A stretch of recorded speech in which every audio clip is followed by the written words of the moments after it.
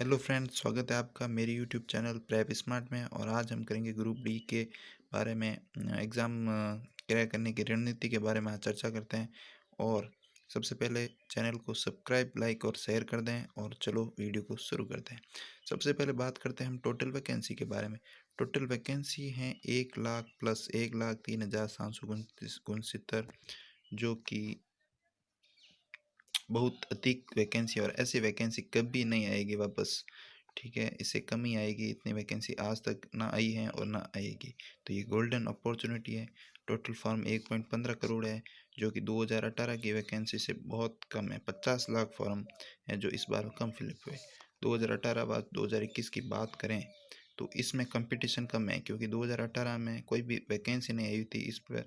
और 2021 group D के exam से पहले कई वैकेंसियाँ आई हैं, एग्ज़ाम दिए और बच्चे उनमें लगे हुए हैं। और कभी किसी का रिजल्ट भी आ गया और आधे लोगों ने ज्वाइनिंग भी कर ली है। तो इस हिसाब से ये बहुत ज़्यादा गोल्डन अपॉर्चुनिटी है। तो इसे हमें हाथ से नहीं जाने देना चाहिए और अच्छी तैयारी भी करनी चाहिए। कम समय है और कैसे करें अच्छी तैयारी, तो चलो जानते हैं। सबसे पहले हम सिलेबस की चर्चा करते हैं।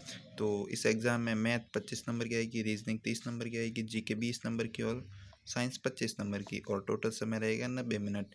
यह एक ही एग्ज़ाम होगा और इसी के नंबरों के आधार पर सिलेक्शन तय होगा। जिसके नंबर ज़्यादा होंगे उसका सिलेक्शन होगा। फिजिकल का कोई नंबर नहीं है। तो सबसे पहले हम ये ध्यान रखने की बात है कि हमें एग्ज़ाम में अधिक से अधिक स्कोर लाने की तैयारी करनी चाहिए। अब हम बात करते हैं मैथ के टॉपिक के बारे में।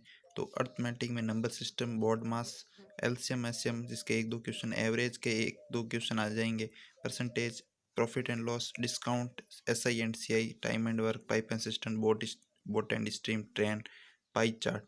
और एडवांस मैथ के टॉपिक है algebra, geometry, trigonometry, mensuration, probability. इन सब के लगभग 1-2 क्वेश्चन और किसी टॉपिक के किसी शिफ्ट में अधिक क्वेश्चन भी आ सकते हैं, जैसे 3-4। कोई कोई शिफ्ट में एक टॉपिक से 3-4-5 क्वेश्चन उठा लेते हैं। तो इनका कोई क्राइटेरिया फिक्स नहीं है, लेकिन एवरेज माने तो 1-2 क्वेश्चन हर टॉपिक से आने वाले हैं। तो बुक्स की बात करते हैं। तो बुक्स मेरे ख्याल से ग्रुप डी के लिए RS अग्रवाल सबसे बेस्ट बुक है। और अगर आप ऑनलाइन सजेशन लेना चाहते हैं, तो वाइफ स्टडी के साहिल सर हैं। वो बहुत अच्छा पढ़ाते हैं और कंसेप्ट क्लियर कर देंगे आपके। तो ये दोनों हैं। और ये RS अग्रवाल है। इसको आप रोजाना एक टॉपिक चुन लीजिए, 1 घंटा पढ़ लीजिए। एक टॉपिक चुनिए, 1 घंटा पढ़ लीजिए। एलसीएम एससीएफ चुनिए पहले, फिर उसका जो भी रूल हैं वो एक पहले नोट कीजिए। उसके बाद में उसके क्वेश्चन रोज का एक एक टॉपिक भी अगर आप करोगे तो अभी तक 1 महीना बाकी है। एक एक टॉपिक भी अगर आप करोगे, कोई कोई टॉपिक छोटे हैं तो वो एक दिन में 2 टॉपिक भी क्लियर हो सकते हैं। अगर आपने अभी तक भी तैयारी नहीं की है तो भी कर सकते हो। ग्रुप डी में मैथ का इतना लेवल नहीं आएगा, बेसिक मैथ आएगी। और बेसिक मैथ आप आराम से रोल, जो भी एडवांस मैथ के फॉर्मूले वो आप याद कीजिए। जो भी अर्थमेटिक जो भी टॉपिक है उनके जो बेसिक रूल है वो आप क्लियर कर दीजिए। और RS अग्रवाल के जितने क्वेश्चन बनते हैं, जो बन रहे हैं, उनको बार बार कीजिए। यही आएगा ग्रुप डी में। अगर 25 क्वेश्चन अगर मैथ के आएंगे, 25 में से अगर आप 18 प्लस भी करते हो तो ये बहुत बढ़िया बात होगी।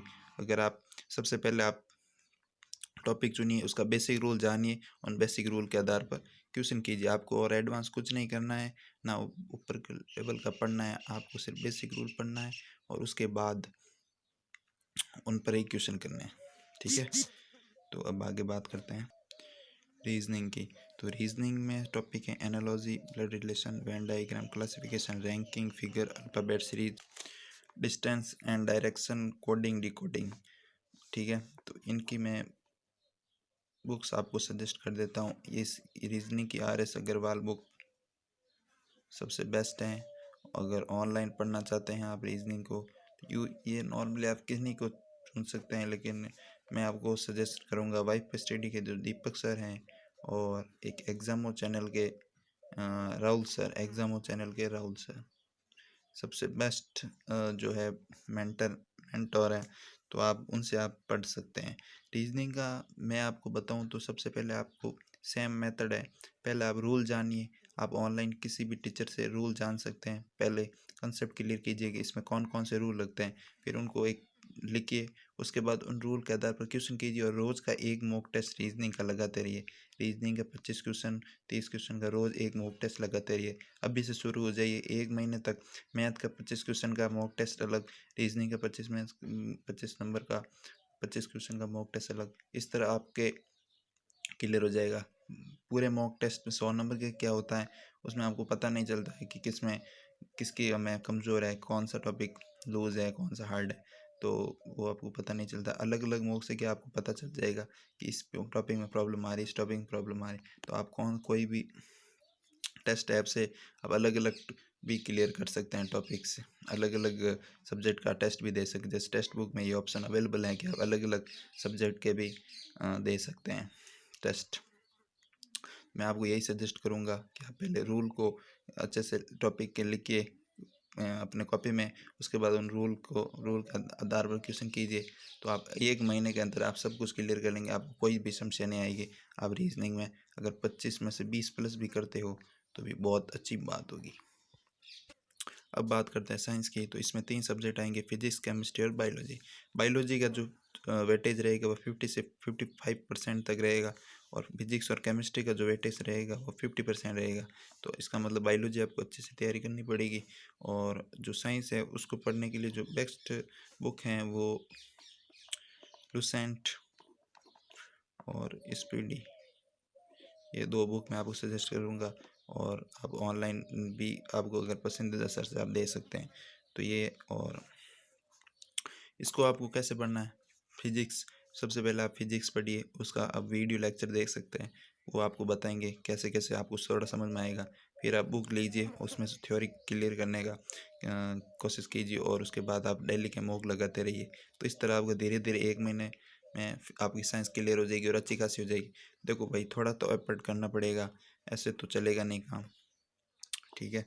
थोड़ी तो मेहनत लगेगी, क्योंकि 1 महीना भी रहा है तो आपको बहुत अच्छी खासी मेहनत करनी पड़ेगी। अब बात करते हैं जनरल अवेयरनेस की। जनरल अवेयरनेस की क्वेश्चन 20 क्वेश्चन आएंगे, और बुक्स हैं जनरल अवेयरनेस की। तो बुक्स जो हिस्ट्री पॉलिटिकल वगैरह है, इनकी बुक तो लुसेंट सबसे बेस्ट है। आप उसके ऊपर ऊपर की पढ़ लीजिए और क्लियर कर दीजिए। जैसे युद्ध का अलग कॉलम दिया हुआ है लुसेंट में, युद्ध का अलग दिया हुआ है, जैसे कोई आंदोलन है उनका अलग दिया हुआ है, राजा महाराजा जिन शासन किया उनका अलग दिया हुआ है। ऐसे ऐसे करके सारे मेन टॉपिक है ऊपर से पढ़ लीजिए, उससे ज़्यादा पढ़ने की ज़रूरत नहीं है। उसके बाद आप करंट अफेयर्स है वो आप एसपीडी की करंट अफेयर्स से आप पढ़ सकते हैं। एसपीडी की सालाना करंट अफेयर्स आती है, मंथली आती है, उसमें से आपको सारे क्लियर हो जाएंगे। चंद्रयान मंगलयान के मिशन, सारे राज्यों की योजनाएं वगैरह, और सारे महत्वपूर्ण पुरस्कार सारे उसमें से क्लियर हो जाएंगे। एसपीडी की मंथली और सालाना दोनों आती है, ठीक है। तो आप इन सारे सब्जेक्टों को आज से बना लीजिए 2-2 घंटे, मैथ को, रीजनिंग को 1 घंटा, साइंस को आपको 2 घंटे, और जीके को आपको 1 से 1.5 घंटा आपको रो देना है। तो इस तरह आप 2 1 3 2 5 और डेली के 6 से 6.5 आवर में आप 1 महीने के अंदर बहुत अच्छी तैयारी कर सकते हैं। तो अभी से लग जाए, मेरा मानना है अभी टाइम वेस्ट ना करें। 1 महीने आपको थोड़ा कॉम्प्रोमाइज़ करना पड़ेगा दूसरी चीज़ों से, और आप सिलेक्शन ले सकते हो। सिलेक्शन के बाद आप कुछ भी कर सकते हो। तो मेरा मानना यही है, बहुत अधिक सीटें हैं, कम कंपटीशन है, 50% लोग ही एग्ज़ाम दे पा रहे हैं बच्चे, ग्रुप डी में फॉर्म कम है, भर्ती अधिक हैं। तो इस हिसाब से बहुत अच्छा और गोल्डन चांस है, इसे मत चूकिए और अभी से तैयारी करने में लग जाइए। और आप दिन रात एक कीजिए, मैं तो कहता हूँ 6 साढ़े 6 घंटे क्या, लोग तो आईएएस बनने के लिए क्या क्या पढ़ते हैं। तो हम तो डी ग्रुप की तैयारी के लिए आप अभी से 1 महीने के लिए 10 घंटे तो आराम से पढ़ सकते हैं। तो आपका श्योर हो जाएगा, श्योर सिलेक्शन। मैं तो कहता हूँ 6 साढ़े 6 घंटे भी अगर 1 महीना आप रेगुलर पढ़ लोगे तो भी आपका श्योर सिलेक्शन हो जाएगा। तो मैं आज की स्टडी यही थी, आज की स्ट्रेटजी, तो प्लीज़ फॉलो कीजिएगा और सिलेक्शन आप सेलेक्ट हो, ऐसी दुआएं मैं आप करता हूँ। तो चैनल को लाइक कीजिए, सब्सक्राइब करें, चैनल को लाइक करिए, शेयर करें और कमेंट करना।